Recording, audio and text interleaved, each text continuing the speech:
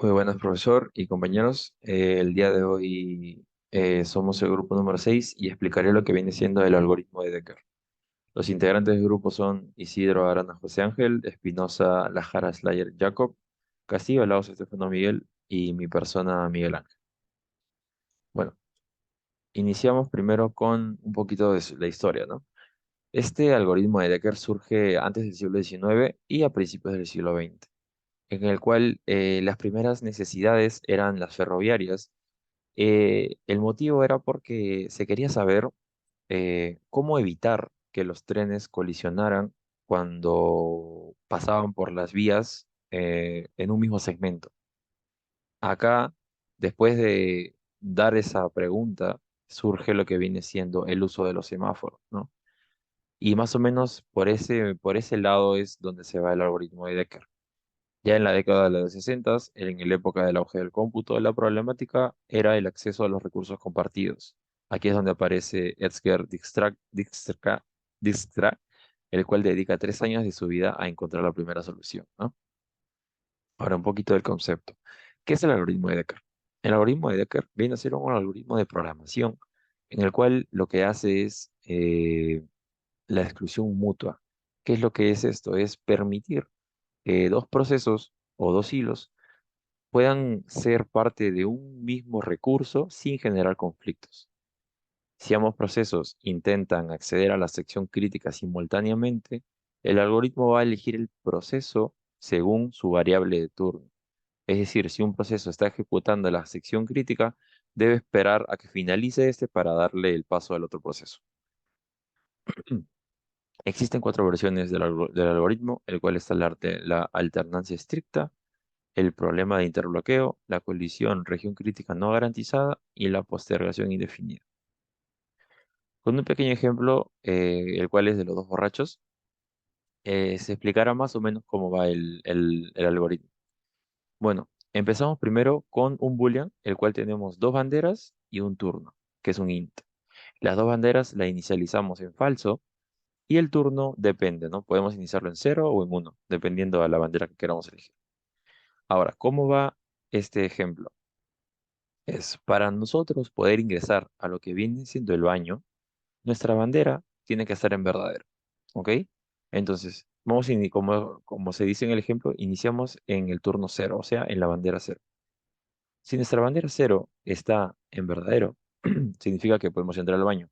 Pero primero, tenemos que comprobar si es que la bandera 1 está activa o está en verdadero. Es decir, se comprueba primero cuál es el proceso o cuál es el proceso de la otra bandera, si está en verdadero o no. Entonces, si el proceso 1 está en verdadero, nuestra bandera pasa a falso. Es decir, de lo que podemos entrar al baño, ya no podemos entrar. ¿Por qué? Porque la otra bandera está en su turno. Luego, después de comprobar si es que nuestra bandera está interrumpiendo el otro proceso, pasa a falso y se comprueba el turno que tenemos. Si el turno es distinto a nuestro número, tenemos que esperar hasta que tengamos el turno igual a nuestro número para poder activar nuevamente nuestra bandera verdadera. Una vez que ya nuestro turno sea igual a nuestro número, es porque ya podemos activar nuestra bandera y podemos ingresar al baño, ¿no? Luego, una vez ya hayamos finalizado nuestro turno cambia al de la otra bandera para poder cederle el paso, ¿no? Y obviamente nuestra bandera pasa a falso para poder cederle el turno a la otra bandera. Y más o menos así, bueno, así se explica el algoritmo de Decker, ¿no? Ahora pasamos al ejemplo de acá. Ok.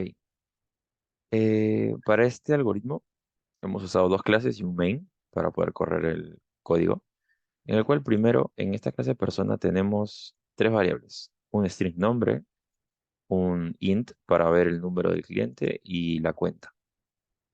Lo que se hace acá es crear un método, lo llamaremos run, el cual usamos un mientras. En el mismo vamos a usar el método, o bueno, en sí el atributo run con el método ingresar. El método ingresar se encuentra en la clase cuenta, que posteriormente pasaremos a explicar. Lo que hacemos acá es prácticamente generar el método y activarlo, porque acá se usa el método ingresar y el método retirar, ¿no? Y con un sleep lo que hacemos es dormir el proceso durante unos 300 milisegundos para luegamente darle una interrupción y darle el paso al siguiente proceso. Acá usamos lo que viene siendo el generar cifra, que va a ser un math random que genera números aleatorios para poder dar con el algoritmo, ¿no? Ahora en cuenta lo que tenemos es cuatro atributos, en el cual tenemos un boolean, que es la bandera, el turno, el saldo actual y el saldo máximo. Lo que hacemos acá es usar el método ingresar y el método retirar.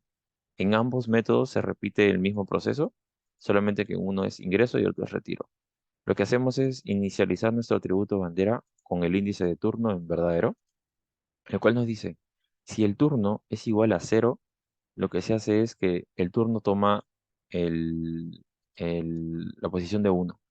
Y si no, el turno toma el dato de cero, ¿no? Con otro if nos dice, si el turno es igual a cero, nos dice, mientras la bandera tenga la variable de uno y el turno sea la variable de uno, lo que se hace es dormir unos 300 milisegundos el proceso, interrumpir el proceso y darle paso a la sección crítica. ¿Ok?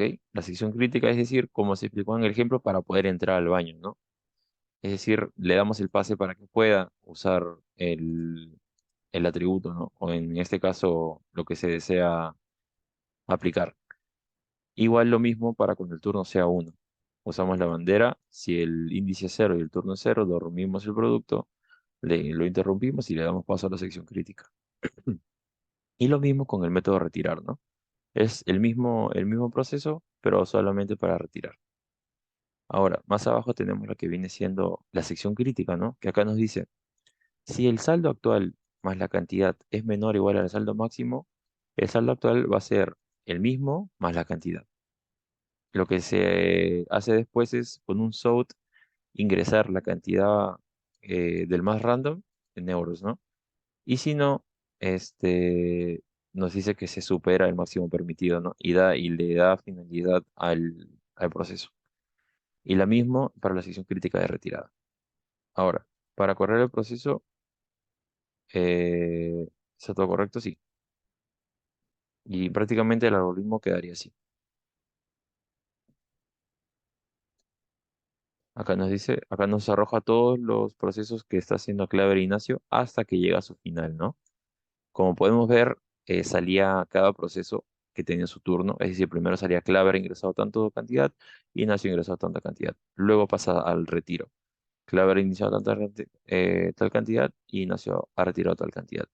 Entonces todo este proceso se repite constantemente hasta llegar a su final, ¿no? Que es el máximo permitido. Y prácticamente así va el algoritmo de Decker. Y más que nada es importante ya que nos facilita o más que nada da un orden a los procesos para que puedan usar un mismo método sin tener complicaciones, ¿no? Y en la vida real se usan en muchas cosas, como por ejemplo, la cola de impresión. La cola de impresión se puede usar en los cajeros automáticos del banco, en los semáforos y en muchas cosas otras más, ¿no? Y por mi punto de vista, me parece un algoritmo muy importante para la vida diaria y puede servir en muchas empresas actualmente. Eso sería todo por mi parte, profesor. Muchas gracias.